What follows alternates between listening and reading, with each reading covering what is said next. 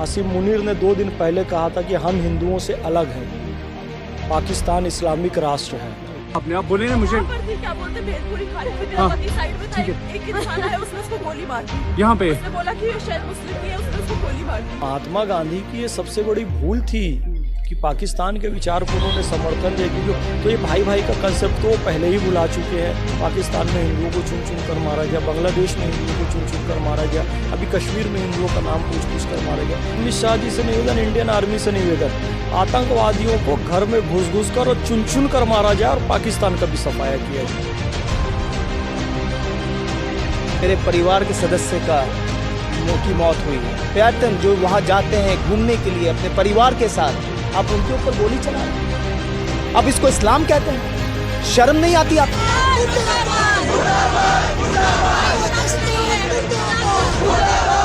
नमस्कार, आप देख रहे हैं न्यूज़ हंगर और मैं हूं आपके साथ विनायक कुमार। देखिए, सुबह सुबह जिस तरह से हमने खबरें सुनी कि किस तरह कश्मीर के अंदर जो है आतंकी हमला हुआ, उसके बाद वहां पर 27 लोगों की जान चली गई। सवाल ये कि पाकिस्तान के आतंकवादी कैसे भारत के अंदर घुस रहे हैं, और घुसने के बाद जब भारत के लोगों को मारते हैं तो मारने से पहले उनका नाम पूछा जाता है, उनका धर्म पूछा जाता है, उनका मजहब पूछा जाता है। अब सवाल ये उठ रहे हैं कि आखिर ये धर्म पूछने वाले दरिंदे कौन थे।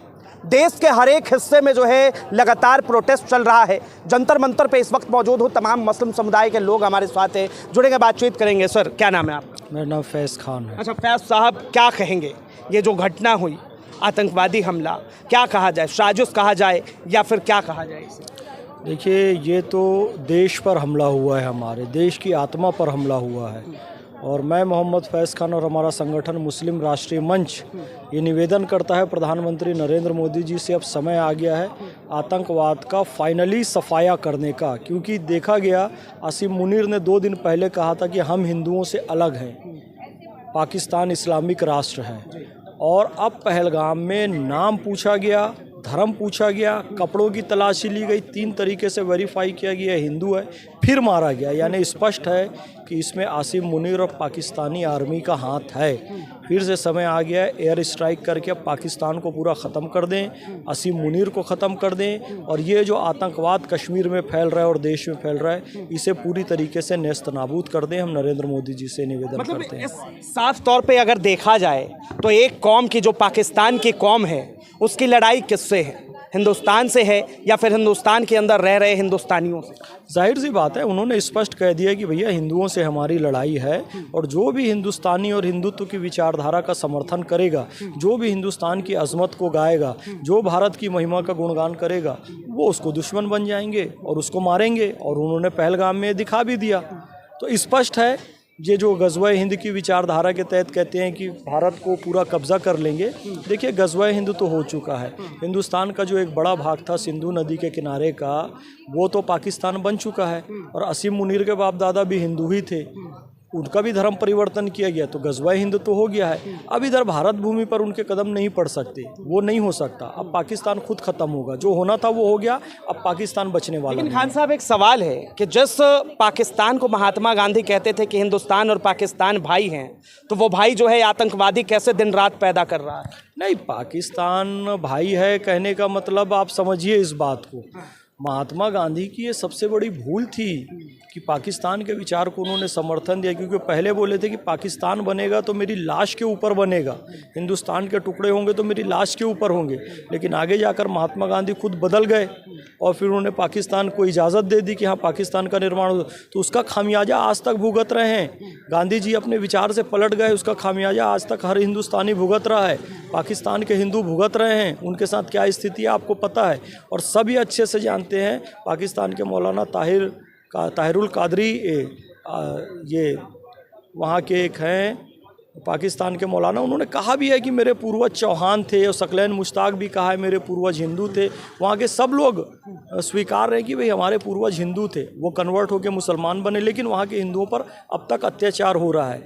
तो ये भाई भाई का कंसेप्ट तो पहले ही भुला चुके हैं। पाकिस्तान में हिंदुओं को चुन चुन कर मारा गया, बांग्लादेश में हिंदुओं को चुन चुन कर मारा गया, अभी कश्मीर में हिंदुओं का नाम पूछ पूछ कर मारा गया। इसका मतलब दुश्मनी उनकी हिंदुस्तान से है, हिंदुत्व की विचारधारा से है, हिंदुओं से है, तो अब इसका जवाब देने का समय आ गया। पाकिस्तान ख़त्म होगा, फिर मैं कह रहा हूँ। लेकिन देखिए, पाकिस्तान के जो मुस्लिम हैं वो तो साफ तौर पे कहते हैं कि जो भाई मुसलमान नहीं है वो काफिर है और काफिरों को मारना हमारा धर्म। मैंने कहा ना, पाकिस्तान बने ही उस विचारधारा में। असीम मुनीर ने कह दिया है कि हम लोग एक इस्लामिक राष्ट्र बनाएं और हमको हिंदू नहीं चाहिए, तो वो अपनी विचारधारा पे काम करें। इंडियन आर्मी अपनी विचारधारा पे काम करेगी, असीम मुनीर ख़त्म होगा, पाकिस्तान ख़त्म होगा, बहुत जल्दी ख़त्म होगा। जिस तरीके से पाकिस्तान के अंदर तमाम आतंकवादी पैदा हो रहे हैं और ये जिस तरह कश्मीर के अंदर हुआ, अब सरकार को क्या एक्शन लेना चाहिए? सरकार ख़त्म करेगी। मैं कह चुका हूँ पहले, मोदी जी से पहले निवेदन कर चुका हूँ, अमित शाह जी से निवेदन, इंडियन आर्मी से निवेदन, आतंकवादियों को घर में घुस घुस कर और चुन चुन कर मारा जाए और पाकिस्तान का भी सफाया किया जाए। चुन कर मारा जाए। क्या नाम है भाई? मेरा नाम डॉक्टर जुफेल हसन है। अच्छा हसन भाई, क्या कहेंगे जिस तरह से ये तमाम आतंकवादी पाकिस्तानी भारत के अंदर घुसे, धर्म पूछा, पैंट उतरवाई और उसके बाद जो है उन्हें गोलियां मार दी? ये बड़ी अफसोसनाक घटना है। इतनी अफसोसनाक कि ऐसा लग रहा है कि मेरे परिवार के सदस्य की मौत हुई है। पर्यटन जो वहाँ जाते हैं घूमने के लिए अपने परिवार के साथ, आप उनके ऊपर गोली चला रहे हैं। अब इसको इस्लाम कहते हैं? शर्म नहीं आती आपको? इस्लाम इस चीज़ का नाम नहीं है भाई साहब। आप लोगों ने जो काम हरकत करवाया और जिन लोगों ने इस साजिश में है जुड़े हुए हैं, इनके तार मैं चाहता हूं, मैं आग्रह फिर से करूंगा कि उनको चुन चुन कर मारा जाए। लश्कर का नाम आ रहा है सर, सीधा सीधा उनको मारा जाए और कुछ नहीं। हम तो बदला चाहते हैं। इतनी हिम्मत हो गई आपकी कि हमारे देश में घुस करके आप हमें ललकार रहे हैं। ये तो ललकारना हुआ, हम छोड़ेंगे नहीं आपको। ये वो दौर नहीं है भाई साहब, घर में घुस के आपको मारेंगे एक एक आतंकियों को। कि एक तरफ जो है हिंदुस्तान के मुसलमान वो प्रोटेस्ट कर रहे हैं, दूसरी तरफ पाकिस्तान के मुसलमान जिन्होंने घुसकर और घर में आकर 26-27 लोगों की जान ले ली और चले गए। आप उनको मुसलमान कहते हैं? पाकिस्तान के लोगों को मुसलमान कहते हैं वो? जितने माने में मैं नहीं मानता। ऐसा कोई मुसलमान हो ही नहीं सकता है जो दूसरे का खून करे, बेगुनाह का खून करे। कैसे कर सकते हैं आप? कलमा कौन पढ़ता है? कलमा पढ़ने से मुसलमान नहीं होता। लेकिन वो तो कह रहे थे सर कि कलमा पढ़ो। उनके कहने से कुछ थोड़ी होता है, वो मुसलमान थोड़ी हैं। मैं तो उनको, जिनके भी हाथ इन खून से रंगे हैं, उनको ऊपर वाला भी अजाब देगा, वो जहन्नमी होंगे और वो जो है उनको दुनिया में भी अजाब मिलेगा। ये आप देख लीजिएगा। देखिए, ये साफ तौर पे ये तस्वीरें हैं। मैम है, मैम से बात करेंगे। मैम क्या नाम है? जी, मैं डॉक्टर शालिनी अली हूँ, राष्ट्रीय संयोजिका हूँ मुस्लिम राष्ट्र मंच की। क्या कहेंगे जिस तरह से कश्मीर से जो खबरें सामने आई, दिल को झकझोर देने वाली, आत्मा को तरपा देने वाली, कि पैंट खुलवा के चेक किए जाए कि ये किस धर्म के लोग हैं? देखिए, बहुत गलत बात है। मेरे पास तो शब्द भी नहीं है, आपने तो इतना सब कुछ बोल भी दिया। आप बताइए, आप अपने परिवार के साथ कहीं जा रहे हैं, घूमने के लिए जा रहे हैं, और आप वहाँ पे ऐसी जगह पे जा रहे हैं जहाँ पे अभी 370 हटा है, वहाँ पे नॉर्मल सी अभी शुरू हुई है, वहाँ पे ऐसी हरकतें हो जाना। और आपके चैनल के माध्यम से मैं एक बार ये ज़रूर संतुष्टि से, जिम्मेदारी से और एतबार रखते हुए मैं कह रही हूँ, आतंकवादियों का खुद का कोई धर्म नहीं होता है। वो सिर्फ पपेट्स होते हैं, उनको मखौटा पहनाकर भेजा जाता है, दिखाया जाता है।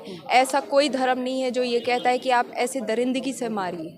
ऐसा कोई धर्म नहीं कहता है कि आप उनसे उनका धर्म पूछ के मारिए। ये क्या तरीका है? आप हमारे देश में आकर हमारे देश की शांति और चैन और अमन और गंगा जमुना तहजीब को ख़त्म करने के लिए साजिश रच रहे हैं, और ये साफ तौर से पाकिस्तान का काम है, हमेशा से उनका काम रहा है। उन्होंने अपने हिंदुओं पर ही अटैक, उन्होंने एजेंट्स को अपने इस देश में बिठाया हुआ है जो कि उनकी सहायता करते हैं। कट्टरवाद सोच रखने वाले बहुत से लोग हैं इस देश में जो हमारे देश के वजीर आलम से नफरत करते हैं। कह रही हैं कि ये हमारा और आपका देश है, तो इस देश के अंदर जो है सिर्फ एक धर्म के लोगों को टारगेट किया जा रहा है और उन्हीं को मारा जा रहा है। और आप ये सोचिएगा, सिर्फ टारगेट नहीं किया जा रहा है, क्या दिखाया जा रहा है, क्या दर्शाया जा रहा है, उसके बारे में सोचना ज़रूरी है। क्या ये एक साजिश है जिसको रची जा रही है, जिसकी एक पिक्चर अभी बाकी भी है? जिन पाकिस्तानियों को कहा जाता है कि खाने के लिए घर में आटा नहीं है, उनके हाथों में जो है AK-47, और वो भी भारत के अंदर घुस गए लेकर। और भारत के मैप उनको कौन दे देता है? मैंने यही कहा ना, कट्टरवाद सोच रखने वाले इतने लोग होते हैं, वो सिर्फ हमारे देश में नहीं, वहाँ पर भी है। फंडिंग कहाँ कहाँ से आती होगी, उसके ऊपर भी देखना चाहिए, सोचना चाहिए। बहुत बहुत धन्यवाद तमाम जानकारी के लिए। तो देखिए, भारत का मुसलमान भी सड़क पे है, भारत का हिंदू भी सड़क पे है और साफ तौर पे सरकार भी सड़क पे उतर चुकी है।